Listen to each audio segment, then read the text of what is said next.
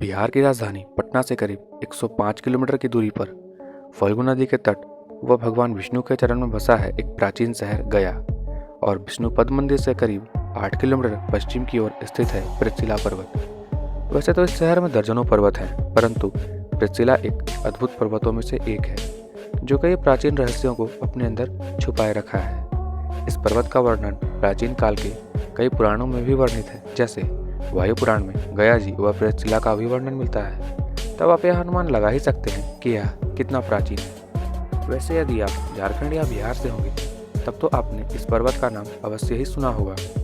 तो दोस्तों, आज की इस वीडियो में हम इस पर्वत के कुछ ऐसे रहस्यों का वर्णन करने जा रहे हैं जो अवर्णनीय है और जिसका साक्ष्य अन्य पुराणों में भी मिलता है।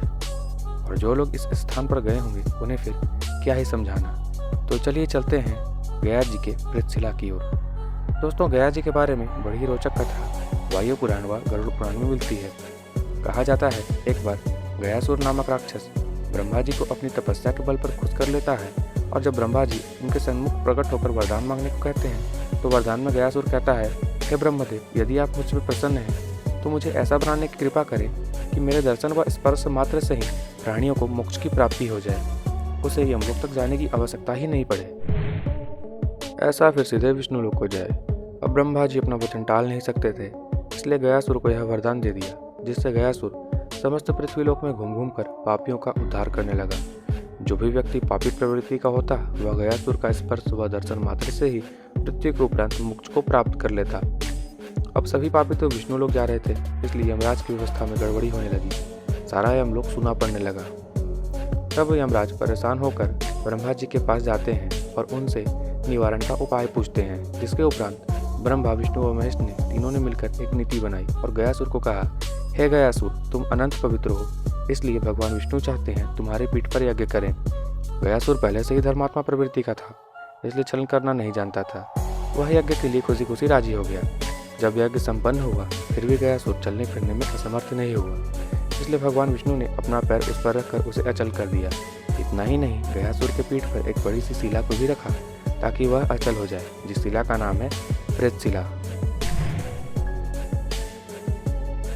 इतना कुछ होने के बाद भी गयासुर भगवान का नाम सुमिरन करता रहा। गयासुर के समर्पण को देखकर भगवान विष्णु अति प्रसन्न हुए और उसे एक वरदान दिया और कहा, हे गयासुर, अब से यह स्थान जहाँ तुम्हारे पीठ पर यज्ञ हुआ है, यह स्थान गया के नाम से जाना जाएगा और इस स्थान पर जो भी पिंडदान या श्राद्ध कर्म करेंगे मैं उनका उद्धार करूंगा। और इतना ही नहीं, जो अपने पितरों के लिए श्राद्ध करेंगे उनका भी उद्धार होगा। जो समर्थवान होंगे उनके लिए पिंडदान से, व जो असमर्थ होंगे उनके लिए गया जी के दर्शन मात्र से ही मोक्ष की प्राप्ति होगी। प्रेतशिला के बारे में ऐसी मान्यता है कि इस पर्वत पर पिंडदान करने से अकाल मृत्यु को प्राप्त पूर्वजों तक सीधे पिंड पहुंच जाते हैं, जिससे उन्हें कष्टदायी योनियों से मुक्ति मिल जाती है। इस पर्वत को प्रेतशिला के अलावा प्रेत पर्वत या प्रेतगिरी भी कहा जाता है। पंचतीर्थ वेदी गया के पश्चिम और उत्तर में भी है।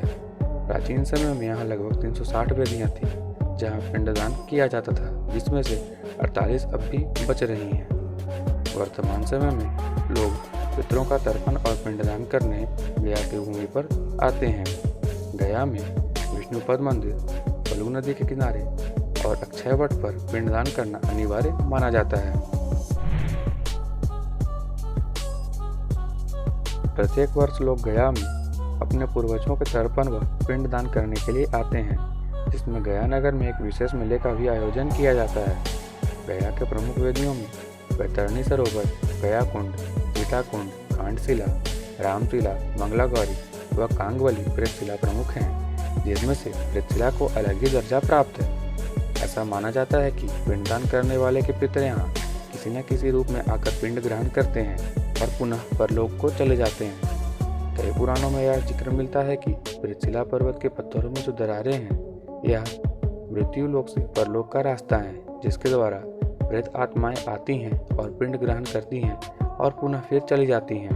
बिहार का गया जिला केवल प्रेतशिला के लिए ही नहीं बल्कि बोधगया, विष्णुपद, रामशिला व कई अन्य स्थानों के लिए भी प्रसिद्ध है। प्रेतशिला पर्वत के ऊपर प्रेतशिला वेदी है और इस पर्वत की ऊंचाई लगभग 975 मीटर है। इस वेदी पर जाने के लिए लगभग 400 सीढ़ियां बनाई गई है। जो सक्षम लोग हैं वह 400 सीढ़ियाँ चढ़कर अपने पितरों की मुक्ति के लिए यहाँ पिंडदान करते हैं, और जो पर्वत चढ़ने में सक्षम नहीं है वे पर्वत के नीचे बने सरोवर के किनारे या पास के शिव मंदिर के पास श्राद्ध करते हैं। वायु पुराण के अनुसार यहाँ अकाल मृत्यु को प्राप्त लोगों का श्राद्ध व पिंडदान का विशेष महत्व है।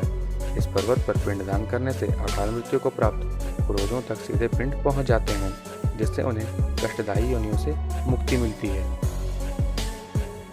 तक्षशिला की चोटी पर एक चट्टान है जिस पर ब्रह्मा, विष्णु व महेश की मूर्तियां बनी हुई हैं। श्रद्धालुओं द्वारा इस चट्टान की चोटी पर चढ़कर सत्तू से बना पिंड उड़ाया जाता है। तक्षशिला में सत्तू से बने पिंड की पौराणिक मान्यता है। प्रचलित कथा के अनुसार इस पर्वत पर श्री राम, लक्ष्मण व सीता जी ने भी अपने पिता राजा दशरथ का पिंडदान किया था।